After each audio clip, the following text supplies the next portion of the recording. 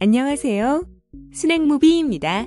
해리포터 시리즈의 외전으로 불리는 판타지 영화 신비한 동물들과 그린델왈드의 범죄가 절찬 상영 중입니다. 오늘은 이 시리즈 남자 주인공 최연소 오스카 나무주연상을 받은 에디 레드메인에 대해 소개해드릴게요. 단지 잘생기고 연기를 잘 한다고 생각하다가 에디 레드메인의 집안 배경과 스펙을 보면 정말 감탄이 나오지 않을 수 없네요.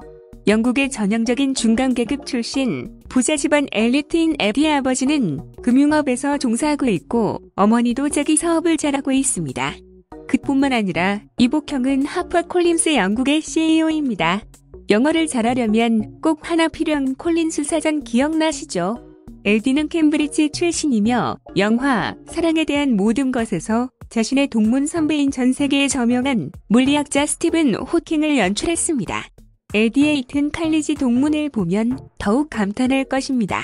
윌리엄 왕세 손과는 이튼에서 같은 학년이었고 어린 윌리엄이 찍힌 잡지 사진에 나온 적이 있는데 에디가 배우로 유명세를 얻고 나서 둘은 다시 재회했다고 합니다. 사랑에 대한 모든 것 영화가 개봉되자 에디의 연기는 호평을 받았고 그 전에 무명했던 에디는 톱배우 행렬에 올랐습니다. 이 영화로 에디도 오스카 나무주연상 트로피를 안고 역대 최연소 나무주연상을 받은 배우가 되었죠. 하지만 트로피보다 더 큰 인정을 준 것은 호킹 본인이 영화를 보고 나서 눈물을 흘렸다고 합니다. 이것은 언어와 행동 능력을 상실한 호킹이 자신의 감동을 표현할 수 있는 가장 직접적인 방법이죠. 호킹은 에디의 연출에서 자신의 인생을 보았다고 합니다. 세상을 떠난 물리학자 호킹에게 이 영화가 어쩌면 소중한 선물이 되었죠.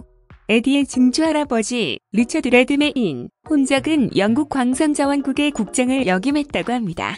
금융계, 부동산 쪽에서 일하는 가족들과는 다르게 유일하게 연기 쪽으로 빠진 케이스이지만 집안 식구들 모두 배우로 성공한 에디를 진심으로 자랑스러워하고 응원해 주었다고 합니다.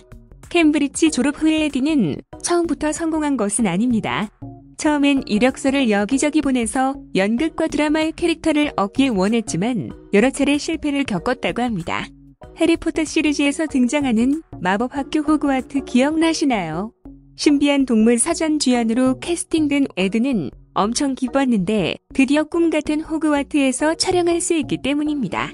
에드는 당시 대부분의 영국 명배우들처럼 해리포터의 호그와트에서 연출할 것으로 너무 기대하고 있었죠.